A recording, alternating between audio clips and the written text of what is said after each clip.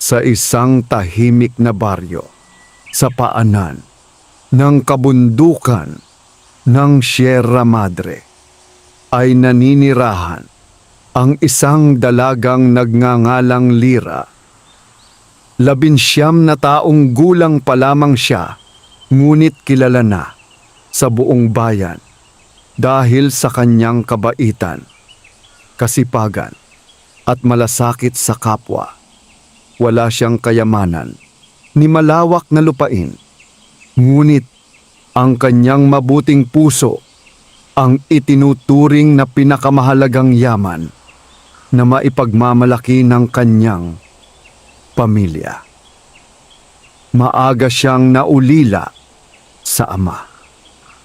Ang kanyang inang si Aling Rosa ay isang manghahabi ng banig at basket upang maitawid ang kanilang pang-araw-araw na pangangailangan. Simula pagkabata ay natutunan na ni Lira ang halaga ng pagsisikap at pagiging mapagpakumbaba. Tuwing madaling araw, bago pa sumikat ang araw, bumabangon na siya upang magigib ng tubig mula sa bukal. Pagkatapos ay tumutulong siyang maglinis ng kanilang maliit na kubo, magluto ng almusal, at magdala ng mga produktong hinabi ng kanyang ina sa palengke. Kahit salat sa buhay, hindi kailanman nagsara ang kanilang pintuan sa mga nangangailangan. Kapag may nagugutom na bata, binibigyan nila ng kanin.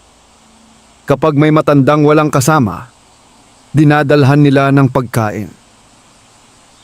Kapag may sugatang hayop, si Lira mismo ang nag-aalaga rito hanggang gumaling. Dahil dito, mahal na mahal siya ng mga tao. Ngunit may isang lugar na bihirang puntahan ng sinuman, ang masukal na gubat sa likod ng kabundukan. Ayon sa matatanda, doon naninirahan ang iba't ibang nilalang na hindi dapat gambalain. May mga duwende, may mga engkanto, at higit sa lahat, may mga tikbalang. Ayon sa alamat, ang mga tikbalang ay mailap, makapangyarihan, at mapanganib kapag nagalit. Kaya mahigpit na ipinagbabawal ng mga magulang sa kanilang mga anak ang pagpasok sa kagubatan kapag lumulubog na ang araw. Ngunit si Lira ay hindi natatakot. Hindi dahil matapang siya, kundi dahil naniniwala siyang hindi lahat ng nilalang ay masama. Isang umaga, habang naghahanap siya ng mga halamang gamot para sa isang may sakit na kapitbahay, napalayo siya sa karaniwang daan. Hindi niya namalayang nakapasok na pala siya sa pinakamatandang bahagi ng kagubatan. Tahimik ang paligid. Tanging huni ng mga ibon at pagaspas ng hangin ang kanyang naririnig. Habang naglalakad, may kakaibang tunog na umagaw sa kanyang pansin. Isang mahinang ungol, parang may nasasaktan. Sinundan niya ang pinanggagalingan nito hanggang makarating siya sa isang malaking punong balete. Paglapit niya, ay natigilan siya. May isang kakaibang nilalang na nakahandusay sa lupa. Isa itong batang tikbalang. Hindi pa ito ganap na malaki. May katawan itong kahawig ng tao, ngunit natatakpan ng makapal na balahibo. Ang ulo nito ay kahawig ng kabayo. Mahaba ang mga paa at kamay, ngunit halatang sugatan ito. May malaking bakal na patibong na nakasakal sa kaliwang paa nito. Pilay itong pilit na kumakawala. Nang makita nito si Lira, ay agad itong umatungal. Takot na takot ang nilalang. Akala marahil ay isa rin siyang mangangaso. Huminto si Lira. Hindi siya lumapit agad. Mahinahon siyang nagsalita. Hindi kita sasaktan. Patuloy pa ring nanginginig ang batang tikbalang. Dahan-dahan siyang lumuhod. Inilabas niya ang baong tubig at inilapag ito sa damuhan. Sige, hindi kita lalapitan kung ayaw mo, pero gusto kitang tulungan. Lumipas ang ilang minuto. Unti-unting kumalma ang nilalang. Napansin nitong hindi gumagalaw si Lyra. Sa wakas ay nakalapit siya. Maingat niyang sinuri ang patibong. Malalim ang pagkakabaon ng bakal. Halatang matagal na itong nakakapit. Napapikit siya. Naku, sobrang sakit nito. Gamit ang maliit niyang gulok, maingat niyang binuksan ang kalawanging patibong. Ilang beses siyang muntik masugatan. Ngunit hindi siya sumuko. Maya-maya pa'y bumuka rin ang bakal. Biglang nabitawan ang paa ng batang tikbalang. Hindi ito tumakbo. Bagkus ay nanatili lamang itong nakatingin kay Lyra. Parang hindi makapaniwala. Kumuha si Lyra ng mga halamang gamot. Dinurog niya ang mga dahon. Ipinahid niya ang katas nito sa sugat. Pagkatapos ay binalutan niya ng malinis na tela. Tahimik lamang ang tikbalang. Wala na ang galit sa mga mata nito. Napalitan iyon ng pagtataka. Babalik ako bukas. Tumayo si Lyra. Huwag kang gagalaw masyado. At dahan-dahan siyang umalis. Hindi niya alam na mula sa pinakataas ng punong balete ay may dalawang nagliliwanag na matang nakamasid. Isa pala itong napakalaking tikbalang. Mas matangkad pa sa pinakamataas na tao. Makapal ang itim nitong balahibo, naglalagablab ang mga mata. Ito ang tunay na tagapagbantay ng batang tikbalang. Ama nito, tahimik nitong pinagmasdan ang bawat kilos ng dalaga. Hindi ito umatake. Hindi rin nagpakita. Ngunit malinaw na nakita nito ang kabutihang ipinakita ni Lyra. Kinagabihan, muling bumalik ang malakas na ulan. Habang nagpapahinga sina Lyra at Aling Rosa sa kanilang kubo, may narinig silang marahang katok sa bintana. 3 katok. Tok, tok, tok. Pagbukas ni Lyra ng bintana ay wala siyang nakitang tao. Ngunit sa ibaba ng bintana ay may isang bungkos ng pambihirang halamang gamot. Ang halamang iyon ay bihirang makita. Napakamahal nito sa bayan. Sapat ang halaga upang makabili sila ng pagkain sa loob ng ilang linggo. Napangiti si Lyra. Hindi niya alam kung sino ang nag-iwan nito. Samantalang sa malayong bahagi ng kagubatan, tahimik na pinagmamasdan ng malaking tikbalang ang maliit na ilaw mula sa kubo ng dalaga. Sa unang pagkakataon, matapos ang napakahabang panahon, may isang tao itong nakita na hindi hinusgahan ang kanilang lahi. At mula sa gabing iyon, unti-unting mababago ang kapalaran ni Lyra at ng mahiwagang tikbalang na minsang kanyang iniligtas. Mula nang matagpuan ni Lyra ang sugatang batang tikbalang sa kailaliman ng kagubatan, hindi na ito nawala sa kanyang isipan. Araw-araw, matapos niyang matapos ang mga gawaing bahay at maihatid sa palengke ang mga hinabing banig ng kanyang ina, lihim siyang bumabalik sa lumang punong balete. Hindi niya ito ginagawa dahil sa pag-uusisa. Ginagawa niya ito dahil nag-aalala siya. Sa kanyang pagdating kinabukasan, napansin niyang wala na ang bakal na patibong. Malinis na rin ang paligid na tila may nag-alis ng mga bakas ng dugo at pinagdaanan ng batang tikbalang. Huminto siya. at marahang nagsalita. "Nandito ako!" Tahimik ang buong kagubatan. Maya-maya, mula sa likod ng makapal na mga halamang pako, ay dahan-dahang lumabas ang batang tikbalang. Hindi na ito gaanong pilay. May bahagya pa ring sugat sa paa, ngunit masigla na ang mga kilos nito. Nang makita si Lyra, hindi ito umatras. Sa halip ay lumapit ito ng dahan-dahan. Napangiti si Lyra. "Buti naman at gumagaling ka na." Inilabas niya ang dala niyang mga sariwang prutas at inilapag ang mga ito sa damuhan.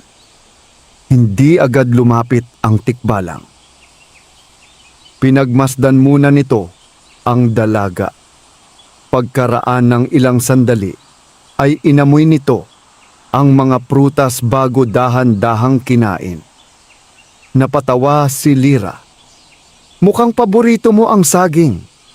Bahagyang tumango ang nilalang na tila naiintindihan ang kanyang sinasabi. Mula noon ay naging bahagi na ng araw ni Lyra ang pagdalaw sa batang tikbalang. Hindi siya nagsasalita tungkol dito kahit kanino. Alam niyang hindi siya paniniwalaan ng mga tao. At kung sakaling maniwala man sila, baka manghuli lamang sila ng tikbalang. Ayaw niyang mangyari iyon. Habang lumilipas ang mga araw, lalong lumalapit ang loob ng mahiwagang nilalang sa kanya. Minsan ay sinusundan siya nito habang namimitas ng mga halamang gamot. Kapag mabigat ang kanyang pasan, kusa nitong binubuhat ang mga kahoy. Kapag madilim ang kagubatan, pinangungunahan siya nito sa ligtas na daan. Unti-unti nilang nabuo ang isang pagkakaibigang hindi inaasahan. Ngunit may isang bagay na napansin ni Lyra. Tuwing sasapit ang dapit hapon, tila may malaking aninong sumusunod sa kanila. Hindi niya ito lubusang makita. Ngunit pakiramdam niya ay may nagmamasid. Hindi siya natakot. Sa halip ay nagpasalamat siya sa isip na marahil ay may nagbabantay sa batang tikbalang. Samantala, sa kabilang bahagi ng baryo ay may isang mga ngasong kilala sa pangalang Rogelio. Isa siyang tuso at sakim na lalaki. Hindi siya naniniwala sa mga babala tungkol sa mga nilalang ng kagubatan. Para sa kanya, ang lahat ng kakaibang nilalang ay maaaring pagkakitaan. Isang araw, may dumating na mayamang mga ngalakal mula sa lungsod. Naghahanap ito ng mga pambihirang hayop na maaari niyang ipakita sa kanyang malalaking palabas. Nang marinig ni Rogelio ang malaking halagang handang bayaran ng mga ngalakal, agad siyang nagkaroon ng masamang balak. "Ako ang magdadala sa inyo ng tikbalang." Natawa ang mga ngalakal. "Kapag nagawa mo iyon, yayaman ka." Mula noon ay araw-araw nang nagsimulang maglatag ng mga patibong si Rogelio sa iba't ibang bahagi ng kagubatan. Hindi niya alam na ang mismong batang tikbalang na minsang nahuli sa kanyang patibong ay buhay pa. Isang hapon, habang naglalaro sina Lyra at ang batang tikbalang sa tabi ng malinaw na batis, biglang nanigas ang nilalang. Tumayo ito. Nakataas ang mga tainga. Tila may narinig. Maya-maya ay malakas itong suminghot sa hangin. Napansin ni Lyra ang pagbabago nito. "Anong nangyari?" Bigla nitong hinila ang laylayan ng damit ng dalaga. Parang gusto nitong umalis sila agad. Hindi na nagtanong si Lyra. Sumunod siya. Mabilis silang nagtungo sa mas masukal na bahagi ng kagubatan. Ilang sandali pa lamang ang lumipas nang marinig nila ang yabag ng mga tao. Tatlong mga ngaso ang dumaan. Bit-bit nila ang mga sibat at lubid. Kasama nila si Rogelio. Tiyak akong nandito ang tikbalang. Tahimik lamang sina Lira at ang batang tikbalang sa likod ng malalaking ugat ng punong balete. Hindi sila gumalaw. Ilang minuto ang lumipas bago tuluyang umalis ang mga ngaso. Malalim ang buntong hininga ni Lira. Naghahanap pala sila sa iyo. Lumapit ang batang tikbalang at marahang idinikit ang noo nito sa balikat ng dalaga. Parang nagpapasalamat, hinaplos ni Lira ang makapal nitong balahibo. Hindi kita pababayaan. Sa sandaling iyon ay muling lumitaw ang malaking anino sa ibabaw ng mga puno. Ngunit sa pagkakataong ito, nasilayan na ni Lira ang tunay nitong anyo. Isang napakalaking tikbalang. Matayog, makapangyarihan, ngunit hindi galit ang mga mata nito. Sa halip ay puno ng katahimikan. Nagkatinginan sila. Hindi nagsalita ang mahiwagang nilalang. Dahan-dahan lamang itong tumango bago muling naglaho sa dilim ng kagubatan. Hindi alam ni Lira kung bakit. Ngunit ramdam niyang tinanggap na siya ng tagapagbantay ng kagubatan. Hindi niya alam na mula sa araw na yon ay hindi na lamang siya isang ordinaryong dalaga. Isa na siyang taong pinagkatiwalaan ng lahi ng mga tikbalang. At kasabay ng pagkakaibigang iyon ay unti-unti ring lumalapit ang isang malaking panganib na susubok sa kanyang tapang, kabutihan at katapatan. Lumipas ang ilang linggo mula nang mabuo ang lihim na pagkakaibigan ni Lira at ng batang tikbalang. Sa bawat araw na dumaraan, lalo nilang nakikilala ang isa't isa. Hindi man nakapagsasalita ang mahiwagang nilalang sa wika ng tao. Malinaw sa mga kilos nito ang tiwala at pagmamahal na unti-unting nabuo para sa dalaga.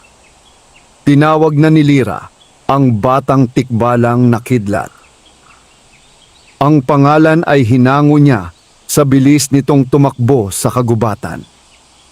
Sa isang iglap ay kaya nitong maglaho sa pagitan ng matatandang puno na tila isang sinag ng kidlat na dumaraan sa kalangitan. Sa tuwing maririnig nito ang pangalang Kidlat, agad itong lumalapit kay Lira na tila masayang tinatanggap ang pangalang ibinigay sa kanya. Isang maagang umaga, habang nagdidilig si Lira ng mga gulay sa kanilang maliit na bakuran, napansin niyang tila may kakaibang sigla ang kanilang taniman. Ang mga halamang dati halos hindi tumutubo ay biglang nagsilakihan. Namunga ang mga kamatis. Lumago ang mga talong. Naging luntian ang mga gulay kahit hindi pa panahon ng tag-ulan. Napansin din ito ni Aling Rosa. Anak, parang pinagpapala tayo nitong mga nakaraang araw. Ngumiti lamang si Lira. Hindi niya maipaliwanag ang nangyayari. Ngunit sa kaibuturan ng kanyang puso, alam niyang may kaugnayan ito sa mga mahiwagang nilalang ng kagubatan.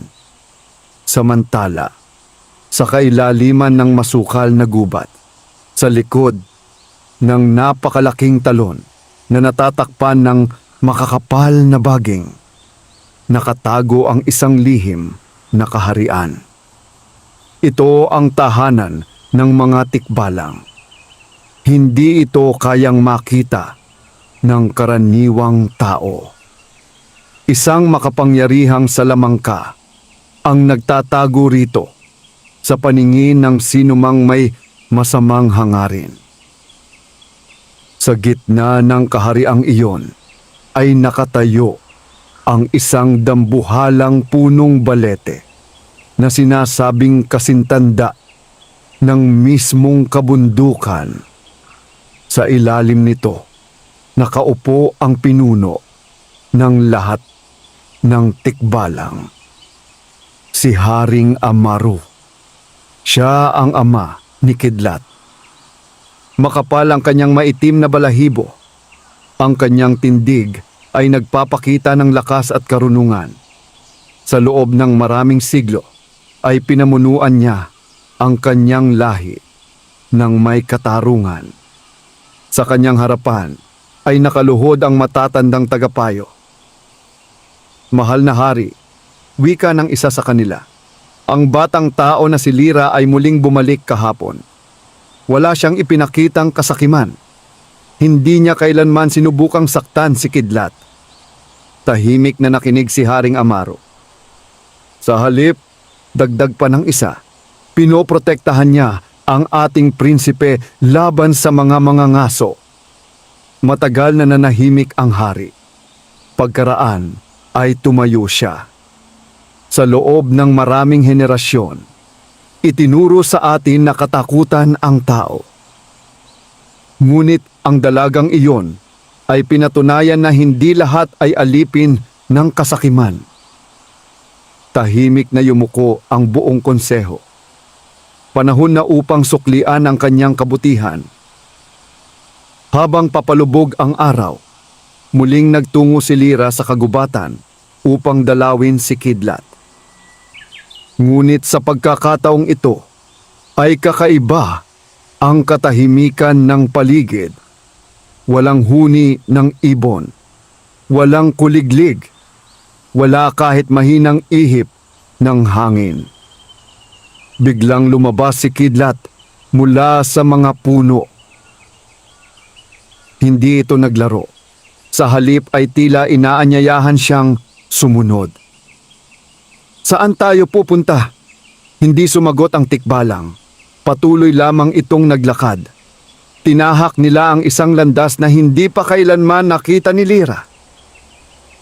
Habang papalalim sila sa kagubatan, napansin niyang tila nagbabago ang paligid. Mas maliwanag ang mga dahon. May mga bulaklak na kumikislap. May maliliit na paru-parong nagliliwanag sa himpapawid. Nang marating nila ang isang napakalawak na parang, huminto si Kidlat. Maya-maya'y umalingaw-ngaw ang mabigat na yabag.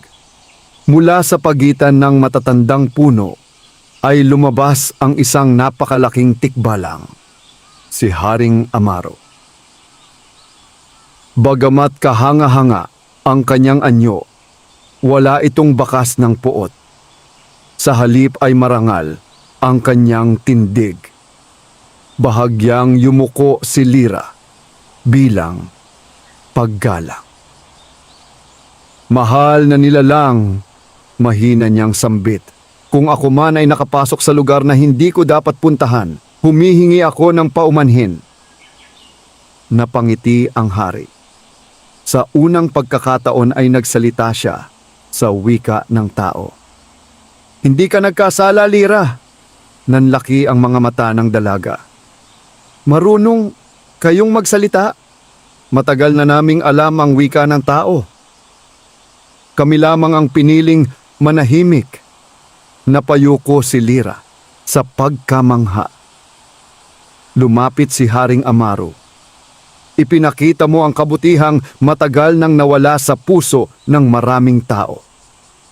Iniligtas mo ang aking anak nang wala kang hinihinging kapalit. Hindi mo siya itinuring na halimaw, kundi isang nilalang na nangangailangan ng tulong. Naramdaman ni Lyra ang pag-init ng kanyang mga mata. Wala po akong ginawang espesyal. Sinunod ko lamang ang sinasabi ng aking konsensya. Tumango ang hari. Iyan mismo ang dahilan kung bakit karapat-dapat kang pagkatiwalaan. Ipinatong niya ang kanyang malaking palad sa ulo ng dalaga. Mula sa araw na ito, ikaw ay kaibigan ng aming lahi. Habang nananatili kang tapat at mabuti, hindi ka kailanman sasaktan ng sinumang tikbalang. Biglang umihip ang malamig na hangin. Nagliwanag ang buong parang. Unti-unting nagsilabasan ang 12-dosenang mga tikbalang mula sa paligid. Lahat sila ay tahimik na yumuko bilang paggalang kay Lyra. Hindi niya napigilang mapaluha, hindi dahil sa takot, kundi dahil sa karangalang ipinagkaloob sa kanya. Ngunit, hindi alam ng lahat na sa kabilang bahagi ng kagubatan ay may isang pares ng matang lihim na nakamasid. Si Rogelio. Nasundan niya si Lyra hanggang sa masukal na kagubatan. Bagamat hindi niya nakita ang lihim na kaharian, sapat na ang kanyang nasaksihan upang makumpirma ang kanyang hinala. Totoo pala ang mga tikbalang. Ngumiti siya ng may kasakiman. Kapag nahuli ko ang kahit isa sa kanila, magiging pinakamayaman akong tao sa buong lalawigan. Tahimik siyang umatras upang ihanda ang mas mapanganib niyang plano. Samantala, walang kamalay-malay sina Lyra, Kidlat at Haring Amaru na ang kanilang bagong nabuong pagkakaibigan ay malapit ng subukin ng isang taong handang gawin ang lahat kapalit ng kayamanan.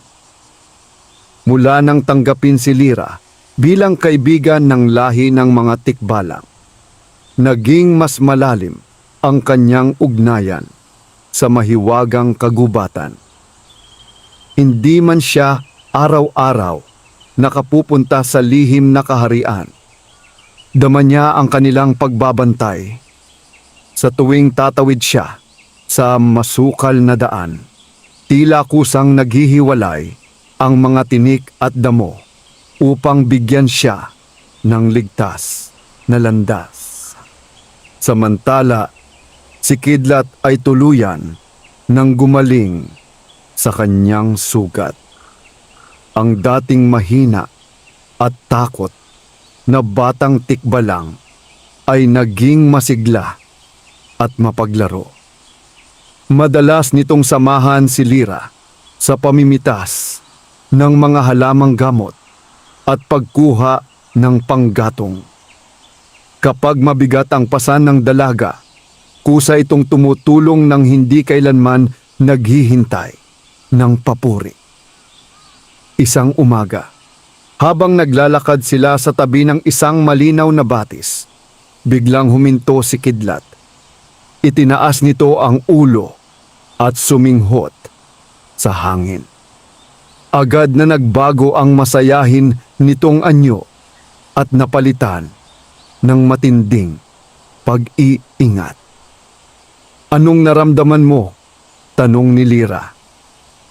Hindi sumagot ang tikbalang. Sa halip ay tumingin ito sa gawing silangan ng kagubatan, kung saan matatagpuan ang lumang daan patungo sa baryo. Makalipas ang ilang sandali, narinig nila ang mahinang tunog ng mga palakol at lagari. May mga taong pumasok sa kagubatan. Tahimik silang nagtago sa likod ng malalaking puno. Mula roon, ay nakita nila si Rogelio kasama ang 5 armadong lalaki. May dala silang makakapal na lubid, bakal na kulungan, lambat na yari sa matibay na kawad, at mga bagong patibong. Siguraduhin ninyong walang makakatakas, utos ni Rogelio. Kapag nahuli natin ang batang tikbalang, kusa ring lalabas ang mas malalaki.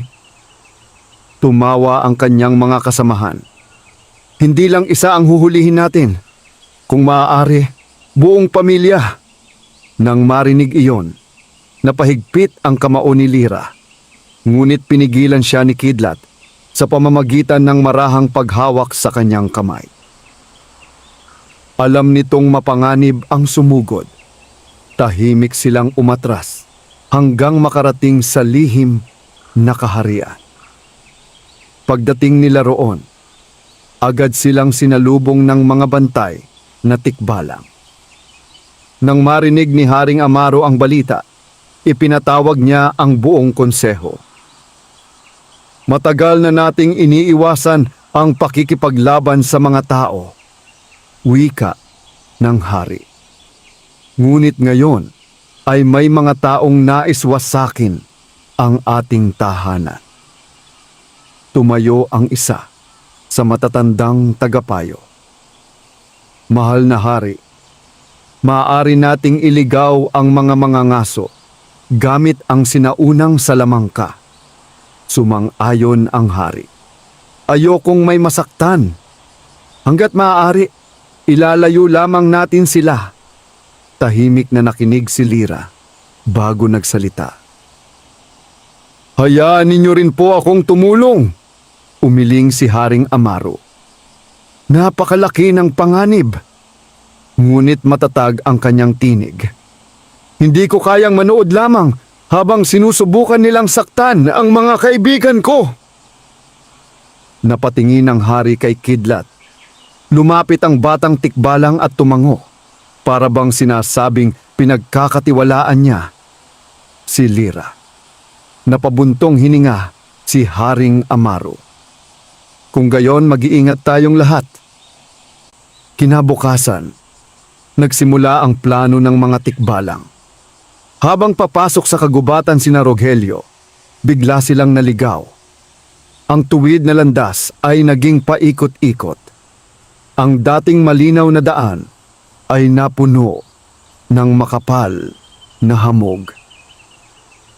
Paulit-ulit silang bumabalik sa parehong punong balete. Imposible! Sigaw ni Rogelio.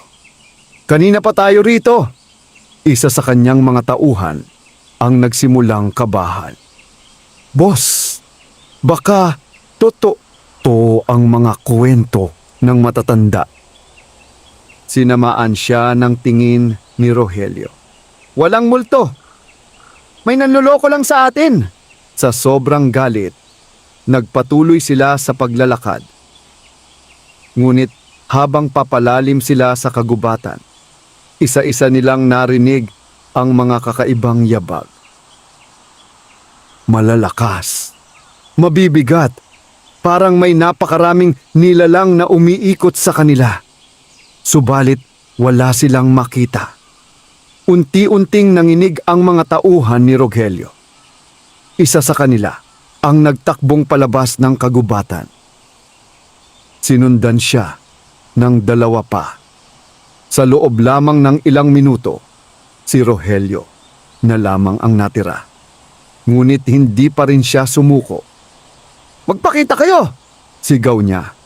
Ako ang may lakas ng loob na hulihin kayo! Bigla niyang nakita si Kidlat na nakatayo sa pagitan ng mga puno. Ngumisi siya. Ikaw pala!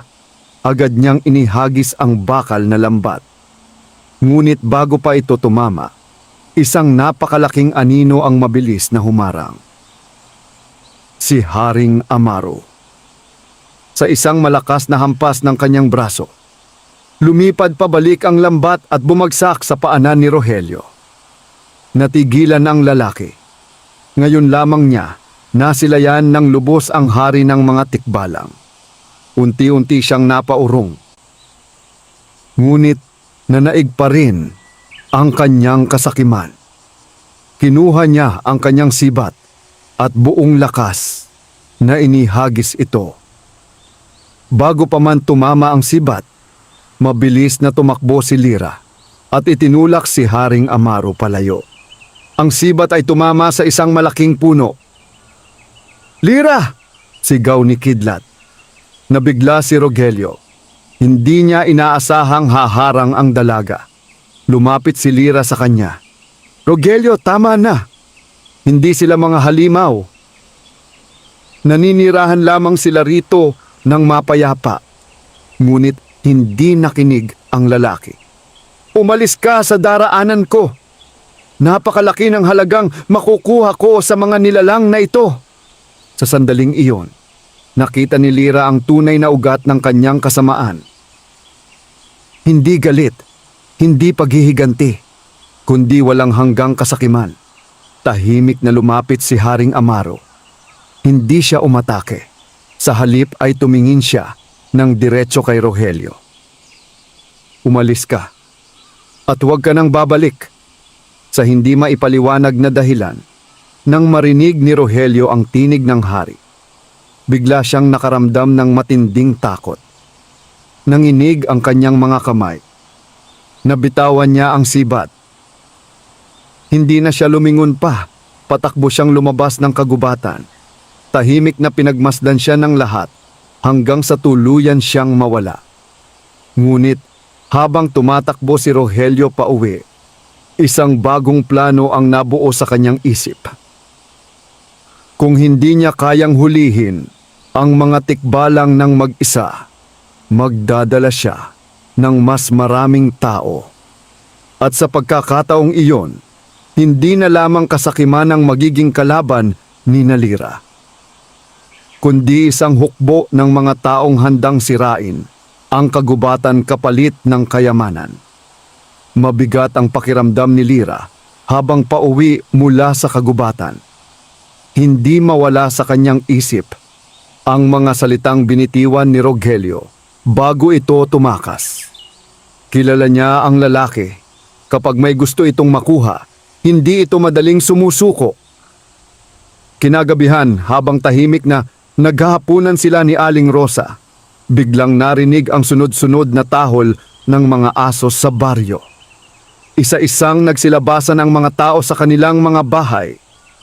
Mula sa kanilang bakuran ay tanaw ni Lyra ang malaking liwanag ng mga sulo sa gitna ng plaza. Maraming hindi niya kilalang lalaki ang dumating sakay ng mga kariton. May dala silang matitibay na lubid, malalaking kulungan, palakol, at matatalim na sibat. Kasama nila si Rogelio. Lihim na nagtago si Lyra sa likod ng isang puno upang marinig ang kanilang usapan. Hindi ordinaryong hayop ang huhulihin natin, sabi ni Rogelio. Kapag nahuli natin ang kahit isa lamang na tikbalang, yayaman tayong lahat. Nagkatinginan ang mga lalaki.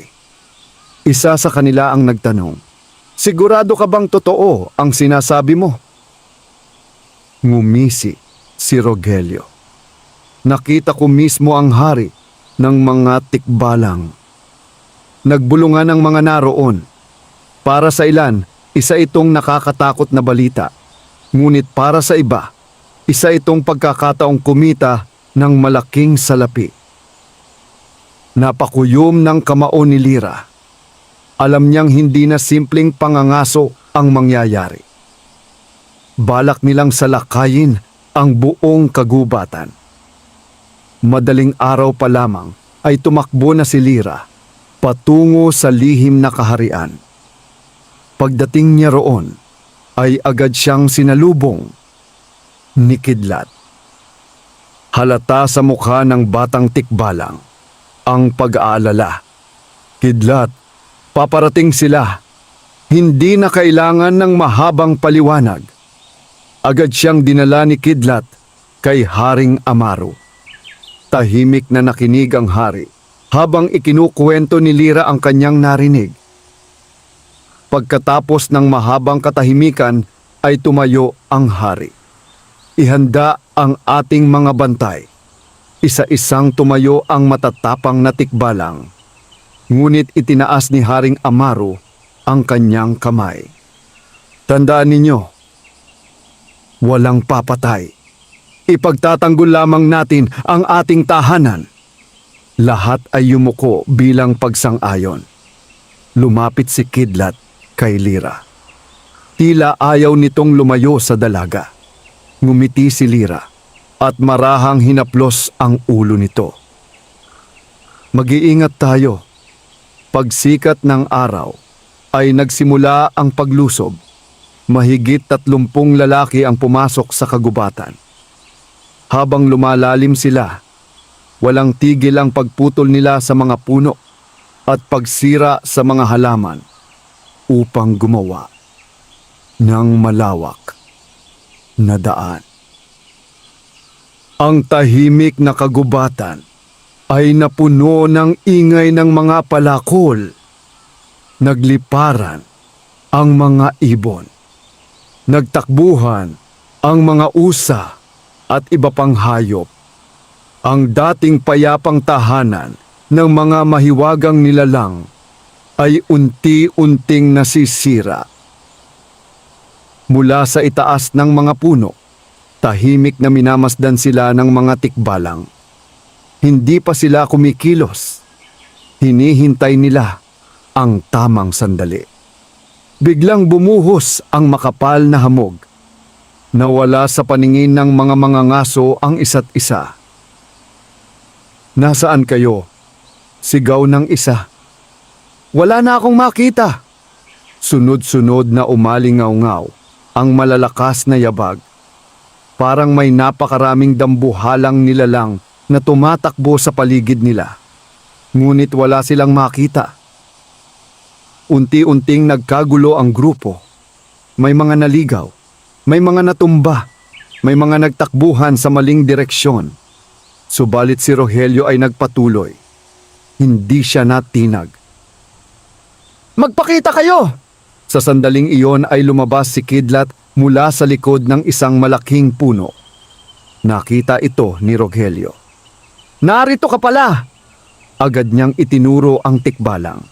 "Hulihin ninyo!"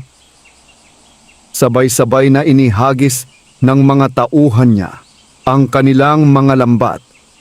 Ngunit bago pa man tumama ang mga ito, mabilis na sumulpot ang iba pang mga tikbalang. Sa pamamagitan ng kanilang lakas at bilis, naitaboy nila ang mga lambat at lubid nang hindi sinasaktan ang sinuman. Nagulat ang mga mangangaso. Hindi nila inaasahang ganoon kabilis ang mga tikbalang.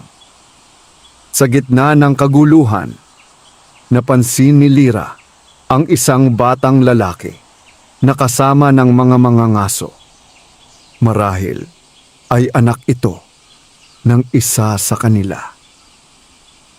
Sa takot ay napahiwalay ito sa grupo at nahulog sa isang malalim na hukay na natatakpan ng mga damo.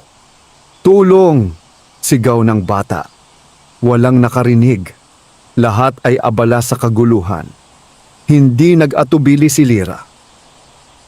Mabilis siyang tumakbo patungo sa hukay. Ngunit napakalalim nito. Bago pa siya makaisip ng paraan, biglang lumapit si Kidlat.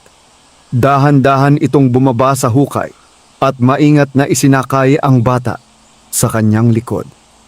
Sa isang malakas na talon ay nakalabas silang dalawa. Nang makita iyon ng ama ng bata, natigilan siya. Hindi siya makapaniwala. Ang nilalang na itinuring niyang halimaw ang siyang nagligtas sa kanyang anak. Lumapit siya kay Kidlat. Tahimik siyang yumuko. "Maraming salamat." Isa-isa ring nasaksihan ng iba pang mangangaso ang pangyayaring iyon. Unti-unting nagbago ang kanilang mga pananaw. Napagtanto nilang hindi mababangis ang mga tikbalang. Sila ang unang sumalakay. Sila ang unang nagdala ng panganib. Samantala, si Rogelio ay lalong nagngit-ngit sa galit. "Huwag kayong magpalinlang! Mahuli man lang natin ang isa!" Ngunit wala nang sumunod sa kanya. Isa-isang ibinaba ng mga mangangaso ang kanilang mga sandata. Pinili nilang umatras kaysa ipagpatuloy ang walang saysay na pag-atake. Naiwan si Rogelio na nag-iisa sa gitna ng kagubatan. Nag-aapoy sa galit ang kanyang mga mata. Habang dahan-dahang umaalis ang mga tao, tumingin siya kay Lyra. Hindi pa ito ang katapusan. May paraan pa ako para mawala ang mga tigbalang. Tahimik lamang siyang naglakad palayo. Ngunit sa kanyang isipan ay may mas mapanganib na balak na nabubuo.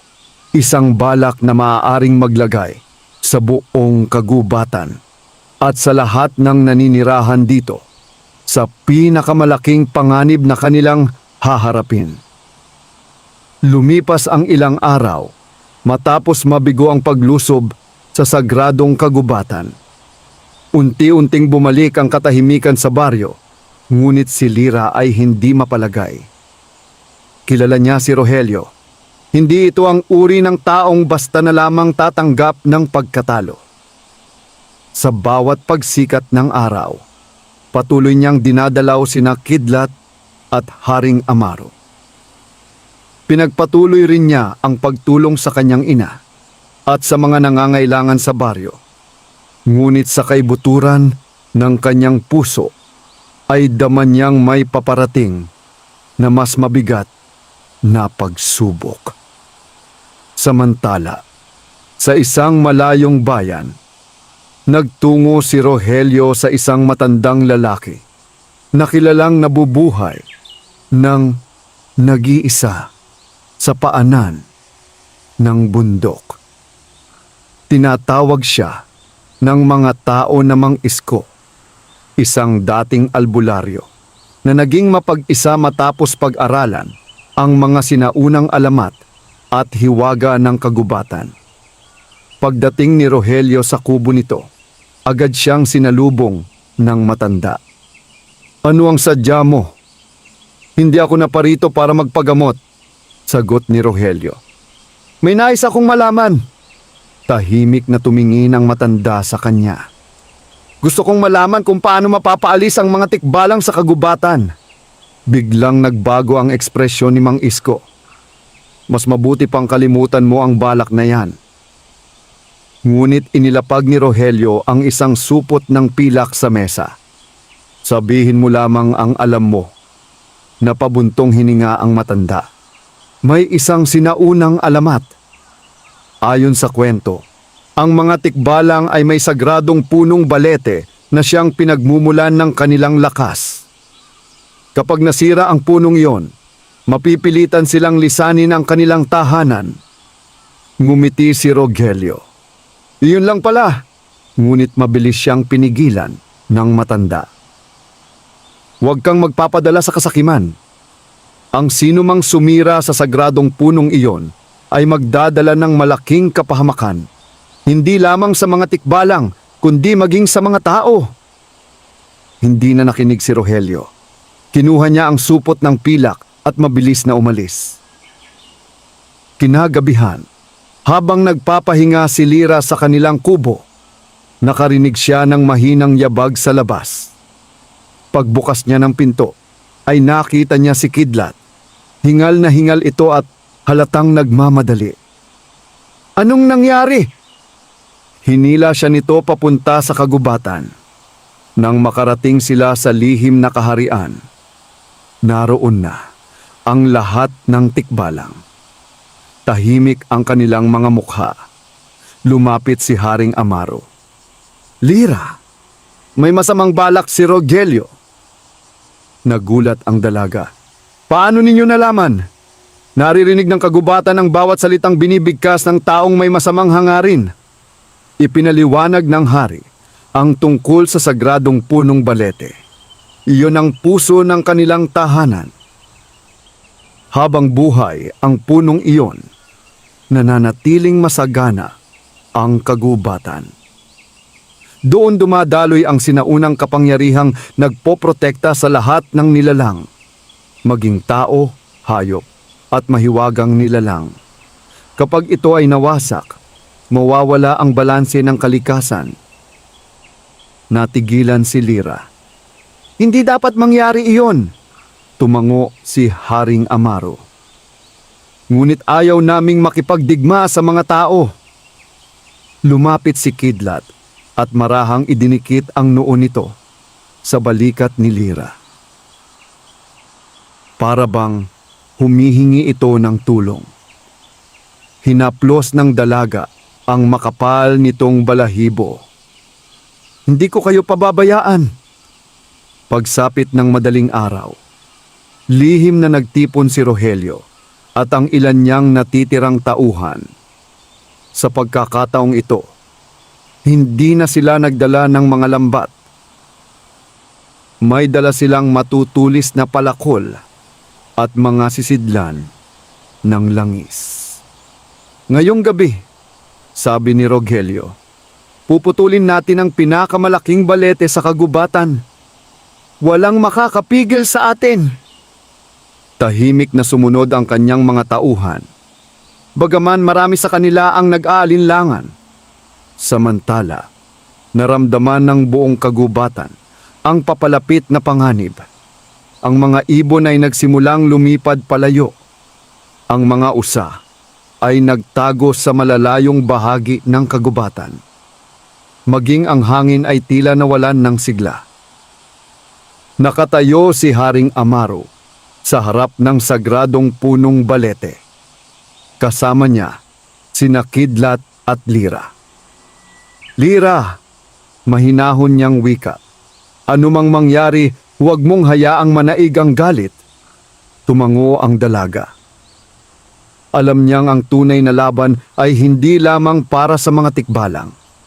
Ito ay laban upang mailigtas ang kagubatan at ang kapayapaang matagal ng iningatan ng kalikasan.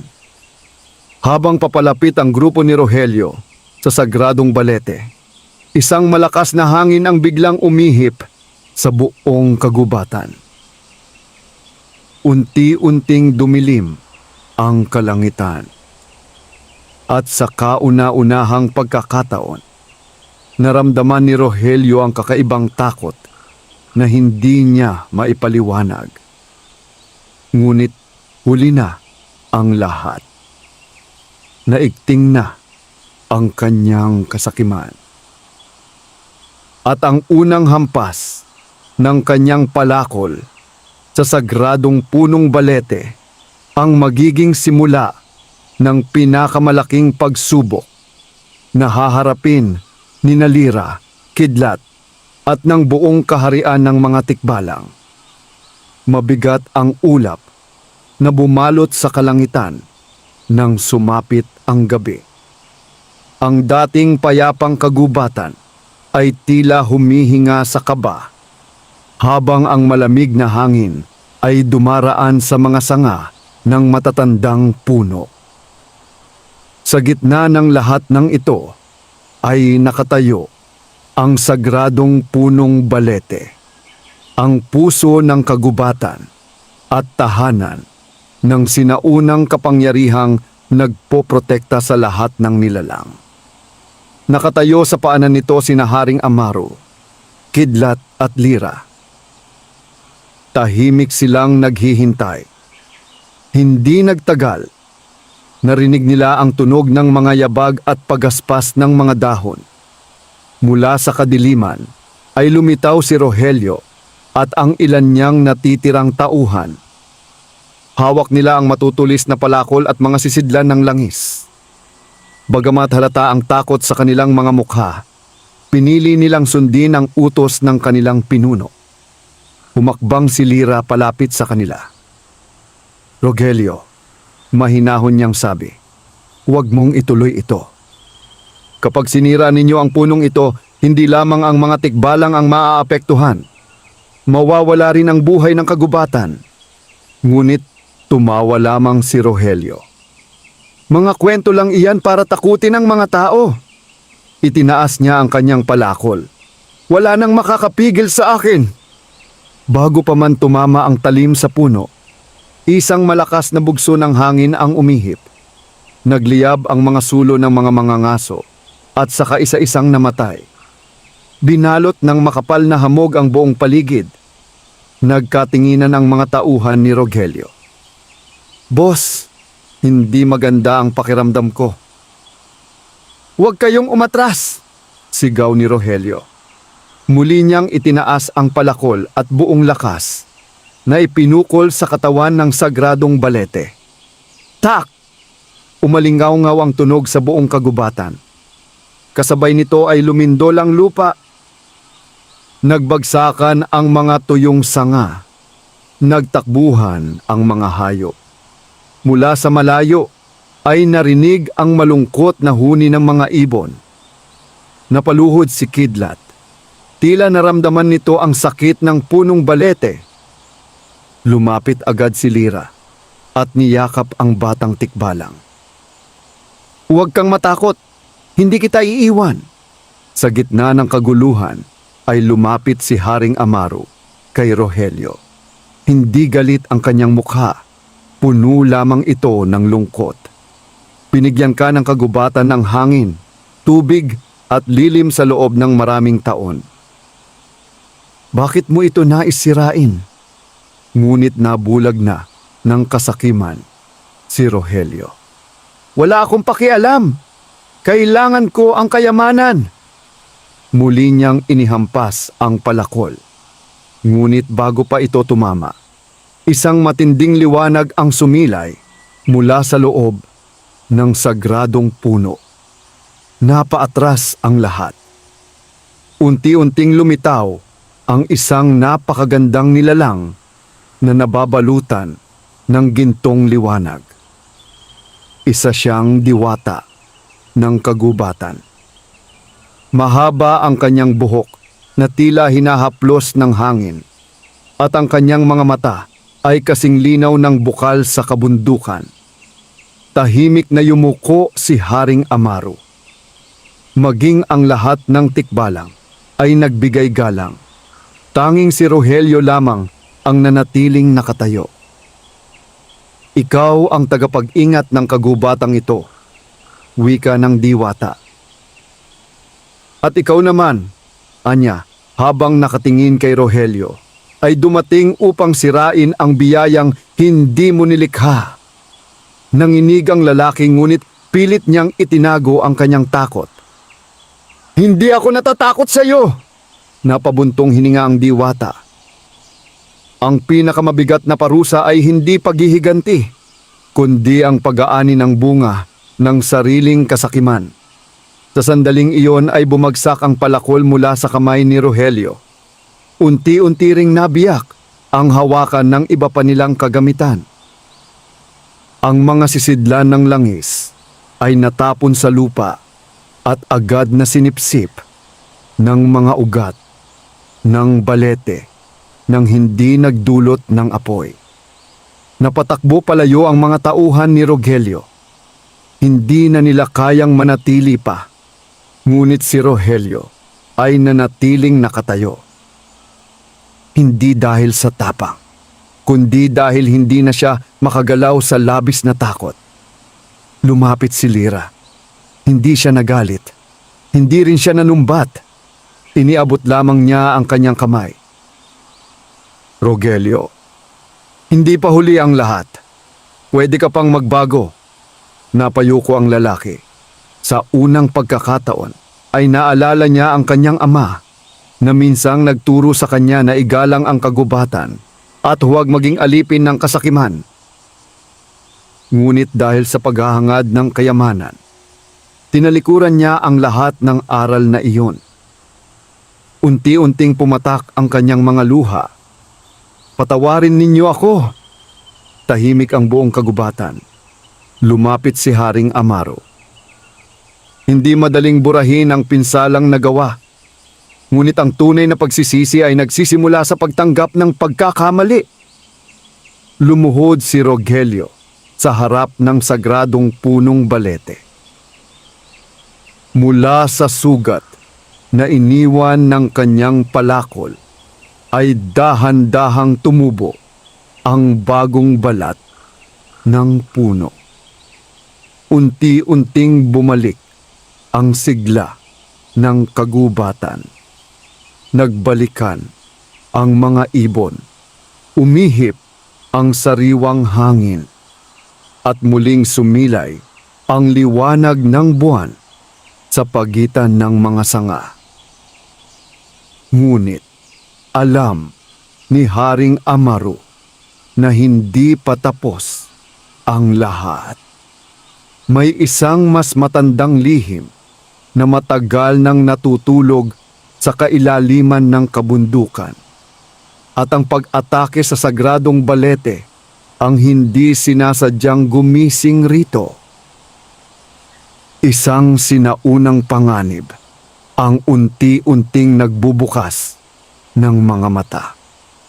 Panganib na maaaring sumubok hindi lamang sa mga tikbalang, kundi sa buong baryo at sa lahat ng naninirahan sa kagubatan.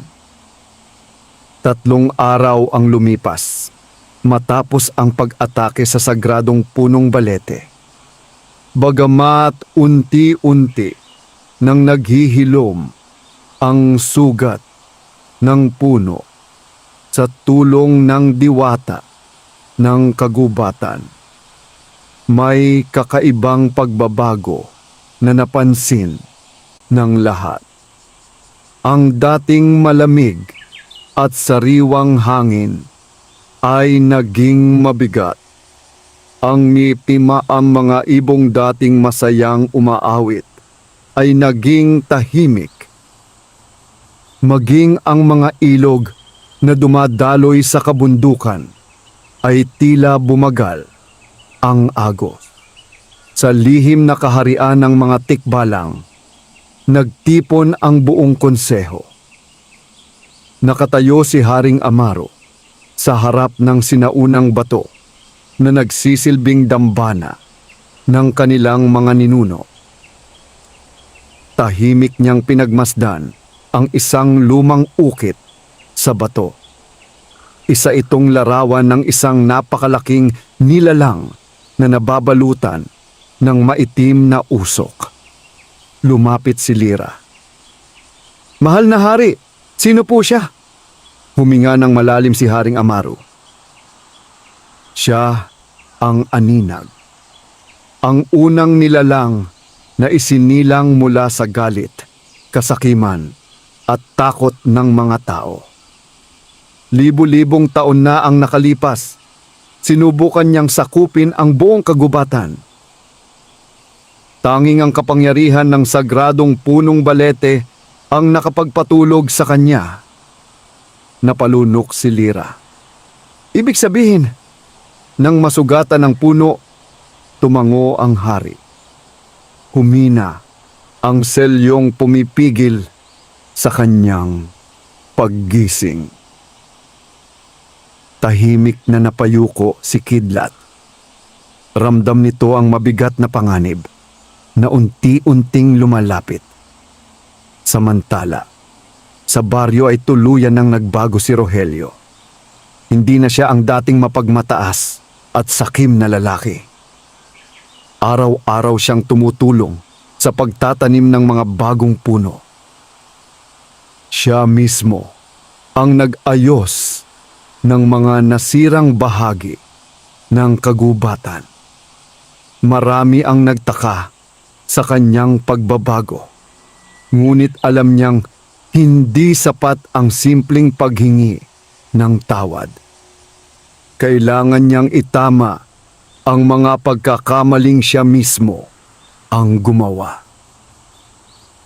Isang hapon, habang nagtatanim siya ng punla, biglang umitim ang kalangitan. Umihip ang napakalakas na hangin. Kasabay nito ay narinig ang isang malalim at nakakatakot na dagundong mula sa kabundukan. Nanginginig ang lupa. Napahinto ang lahat ng tao sa baryo. Ang mga bata ay nagsimulang umiyak. Ang mga alagang hayop ay nagsitakbuhan. Sa kagubatan, mabilis na tumakbo si Kidlat patungo kay Lyra. Hinila nito ang kamay ng dalaga. Anong nangyayari? Hindi na sila nag-aksaya ng oras. Mabilis silang nagtungo sa lihim na kaharian. Pagdating nila roon, ay nakita nilang nagtitipon na ang lahat ng tikbalang. Maging ang diwata ng kagubatan ay naroon. Nakatingin siya sa tuktok ng pinakamataas na bundok. Unti-unting bumubuo roon ang makapal na ulap na kulay abo. Mula sa gitna nito ay lumalabas ang maitim na usok. Nagising na siya, mahina niyang sabi. Maya-maya ay umalingaw-ngaw ang isang napakalakas na dagundong. Mula sa kailaliman ng bundok ay lumitaw ang isang dambuhalang nilalang. Mas mataas pa ito kaysa sa mga punong balete. Ang buong katawan nito ay tila yari sa maitim na usok at bato. Ang mga mata nito ay nagliliyab na parang nagbabagang uling. Sa bawat hakbang nito ay nanginginig ang lupa. Napatigil si Lyra. Hindi pa siya kailanman nakakita ng ganoong kalaking nilalang. Totoo pala ang alamat, bulong niya. Tahimik na tumango si Haring Amaru. Si Aninag ay hindi lumalakas dahil sa sariling kapangyarihan. Lumalakas siya sa bawat pusong puno ng galit at kasakiman. Napaisip si Lyra. Kung gayon na ang tunay na laban ay hindi lamang lakas laban sa lakas. Kailangan nilang pigilan ang pagkalat ng takot at puot. Habang papalapit si Aninag sa kagubatan, nagsimulang matuyo ang mga damo sa kanyang dinaraanan. Nalalagas ang mga dahon ng puno. Nangingitim ang mga bulaklak. Parang unti-unting nawawala ang buhay ng kalikasan. Biglang humakbang si Kidlat sa harapan ni Lyra. Bagamat bata pa, matatag ang kanyang tindig. Ayaw niyang mapahamak ang kanyang kaibigan. Lumapit si Haring Amaru at ipinatong ang kanyang kamay sa balikat ni Kidlat.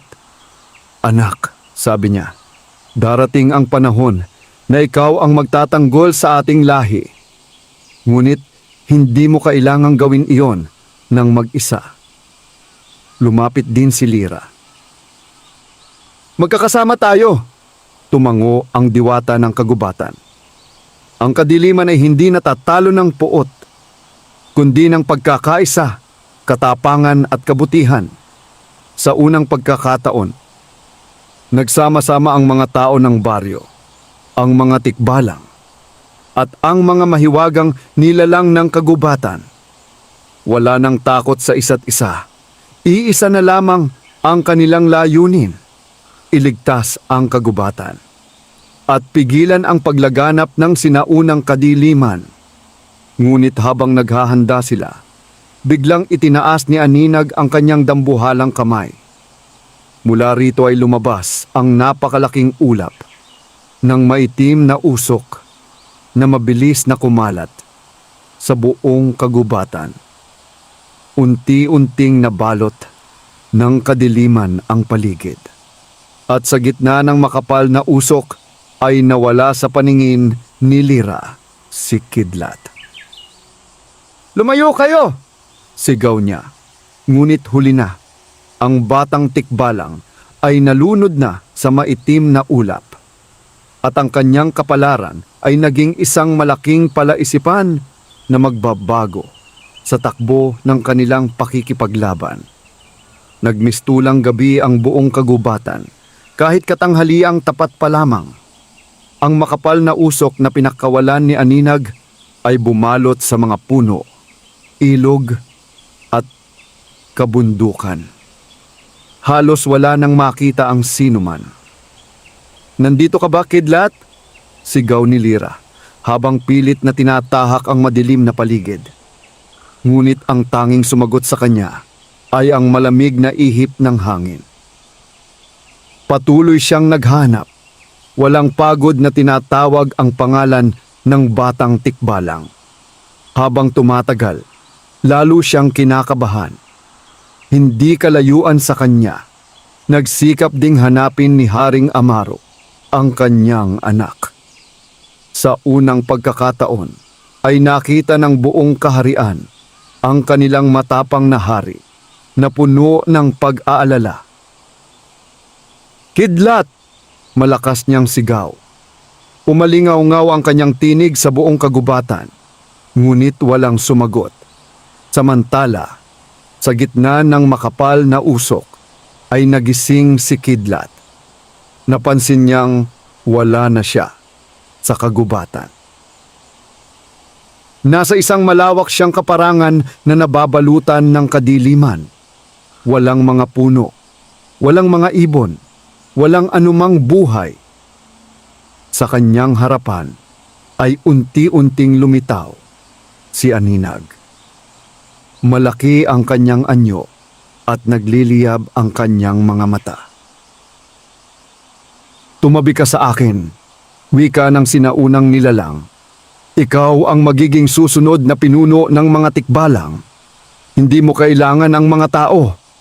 Nilinlang lamang nila ang inyong lahi sa loob ng maraming panahon. Tahimik na nakinig si Kidlat. Naalala niya ang mga kwento ng kanilang mga ninuno tungkol sa mga taong nanghuhuli at nananakit sa kanilang lahi.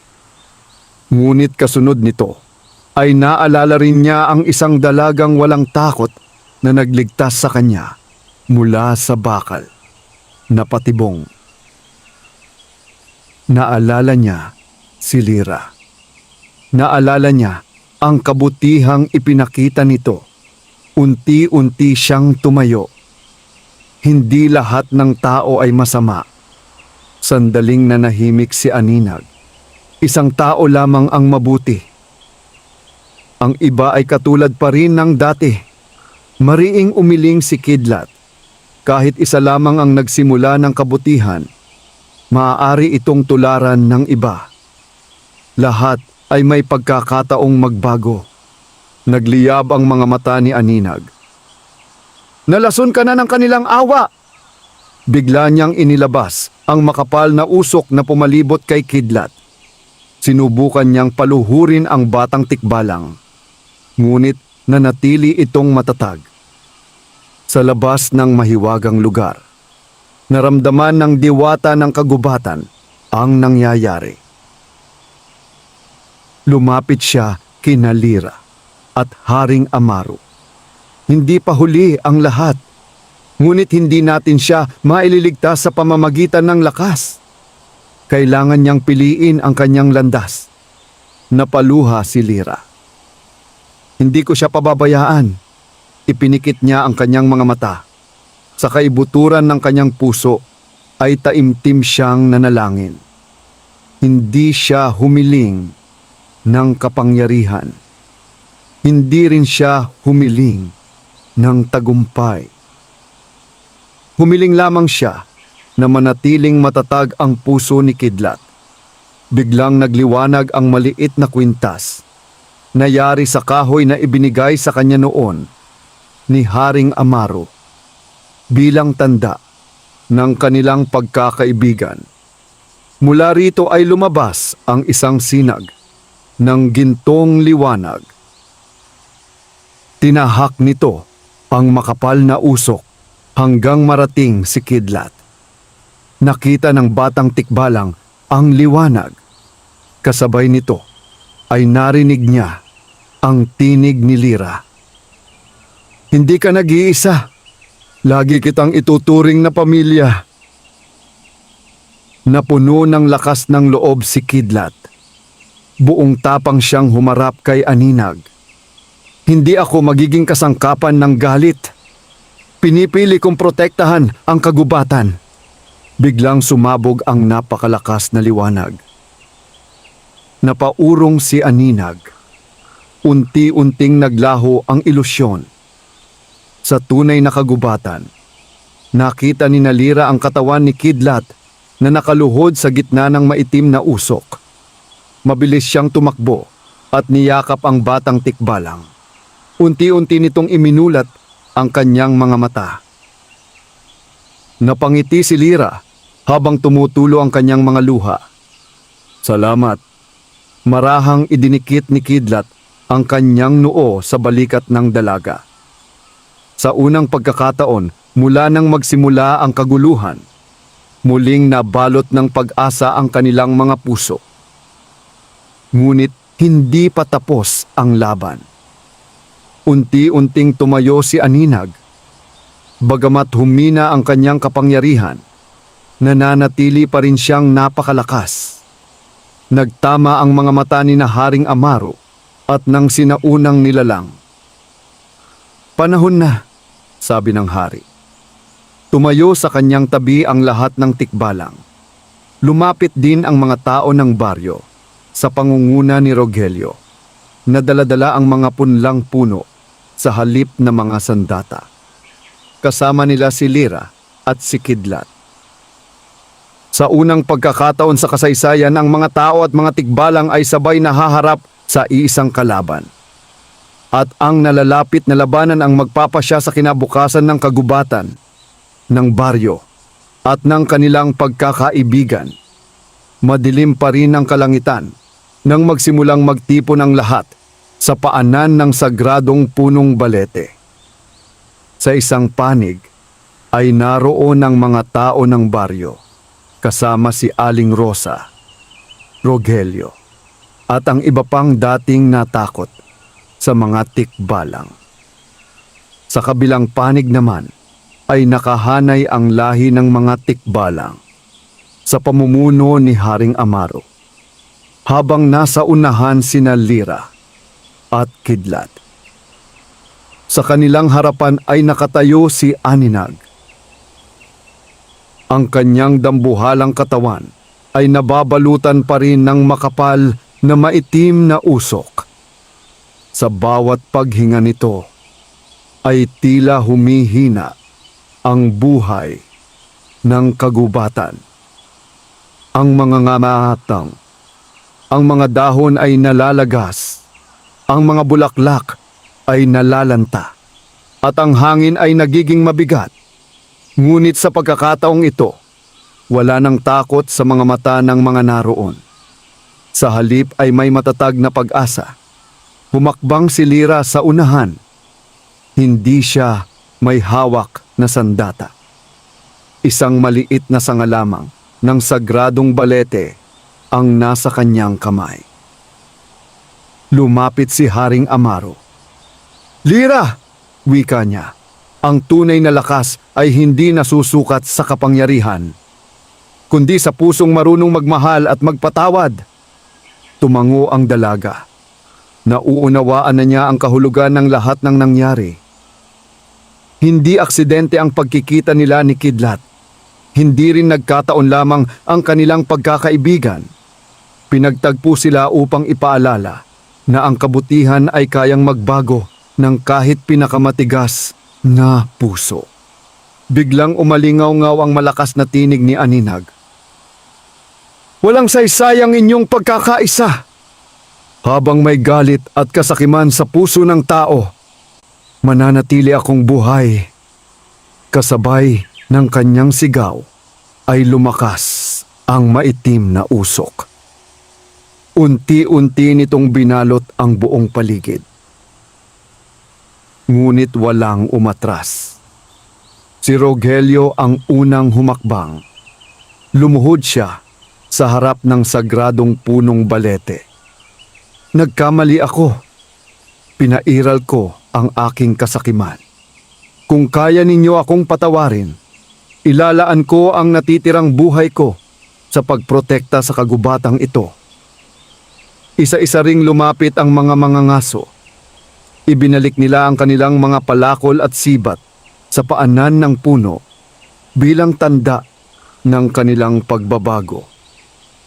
Unti-unting humina ang maitim na usok. Napansin ito ni Lira. "Ngayon!" sigaw niya. Magkakasabay na lumapit ang mga tao at mga tikbalang sa sagradong balete. Ang bawat isa ay nagpatong ng kamay sa puno. Ang mga bata, ang matatanda, ang mga tikbalang, maging si Kidlat at Haring Amaro, mula sa sagradong puno ay unti-unting lumabas ang isang nakakasilaw na gintong liwanag. Lumaganap ito sa buong kagubatan. Tinamaan nito ang maitim na usok ni Aninag Napaatras ang sinaunang nilalang. Hindi maaari. Imposible ito. Ngunit lalo pang luminaw ang liwanag. Sa gitna nito ay muling lumitaw ang diwata ng kagubatan. Ngumiti siya kay Lyra. Ang kadiliman ay hindi kailanman nagwawagi laban sa mga pusong nagkakaisa. Sa huling pagkakataon ay umalingaw-ngaw ang sigaw ni Aninag. Unti-unti siyang naglaho, kasabay ng pagkawala ng maitim na usok na bumabalot sa kagubatan. Hindi siya winasak, bagkus ay muli siyang ibinalik sa malalim na pagkakahimbing kung saan hindi na siya muling magigising hanggat nananatiling buhay ang kabutihan sa puso ng tao. Kasabay ng kanyang paglaho ay sumikat ang araw. Unti-unting bumalik ang sigla ng kagubatan. Namulaklak ang mga puno. Lumipad ang mga ibon. Muling dumaloy nang malinaw ang tubig sa mga batis. Ang buong kalikasan ay tila huminga ng maluwag. Lumapit si Haring Amaro kay Lyra. May utang na loob ang aming lahi sa iyo, ngunit ngumiti lamang ang dalaga. Wala po akong hinihinging kapalit. Ang makita kayong ligtas ay sapat na. Lumapit si Kidlat at marahang niyakap si Lyra.